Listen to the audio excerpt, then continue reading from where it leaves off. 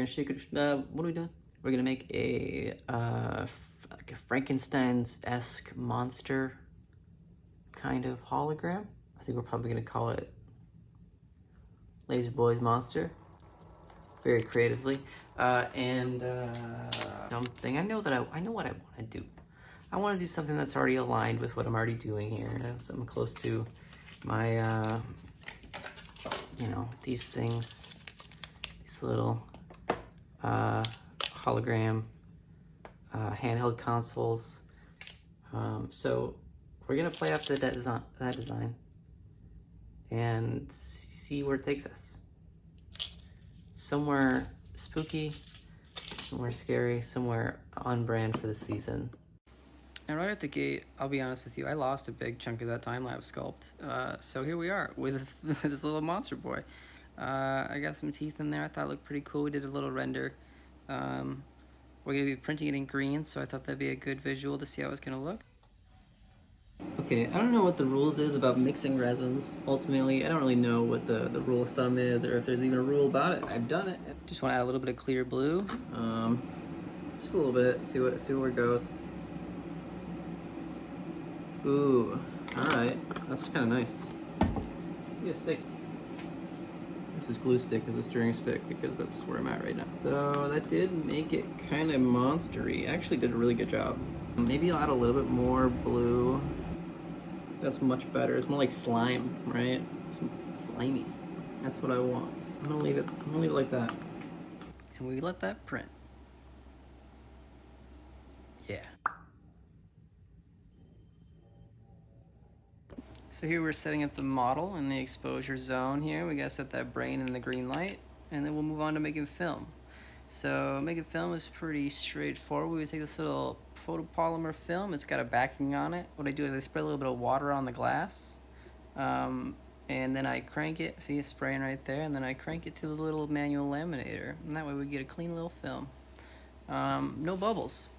And we place that over the brain so that we allow the light to pass through the film and to the object and back into the film to record the interference pattern. I didn't have my green laser set up on the table like usual for some reason, so we did this kind of old school. That's how I used to do things. Set it across the room and shoot it at the mirror, but it works.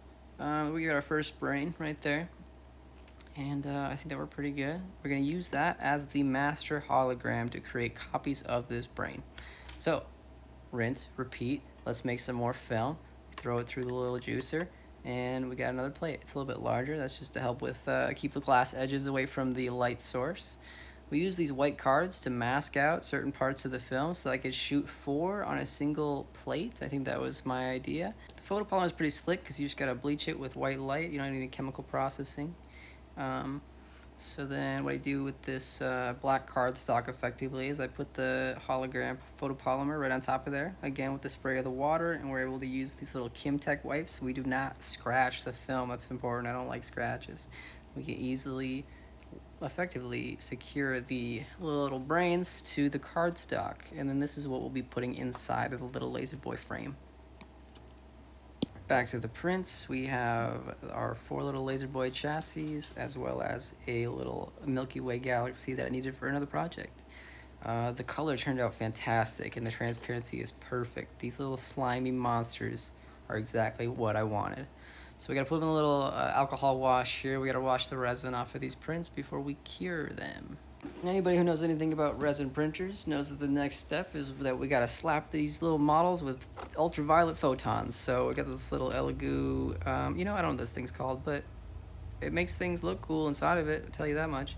Here's our first little Laserboy, little monster boy. He's pretty cool.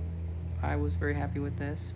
The first one I painted, I didn't ultimately like the painted model, but it was a good experiment. I needed to know. I ultimately ended up going without the paint, and I liked it more. It reminded me of those little, when you buy an action figure, and sometimes an action figure would have this like little secondary smaller toy, and it obviously was just a molded toy, right? It's like they didn't paint it, they didn't care, they threw it in the packaging. That's what it is. So here it is with the hologram brain in there. we've put the brain in the monster. It is alive, it is thinking, and it is wondering what's next. What's next? It's resin. We got to resin cap the brain so that it's all sealed in there nice, and so that the brain and the spinal fluid doesn't leak out, you know. So, man, that's satisfying. Look at that go. So we want to make sure there's no bubbles underneath there. We got to make sure we blast out any bubbles with the vacuum chamber. Resin can be tricky like that. And then we'll go into the little UV zone so that we can cure that resin. Look at it in there cooking. It's pretty cute. So I think that at this point it's truly alive. And I thought to myself, you know what? I've got these little scrap eyeballs that I'm not doing anything with. Maybe I can do some mixed action here. I've been wanting to mix the red and the green, so I was like, oh, let's do it. You know, no stakes.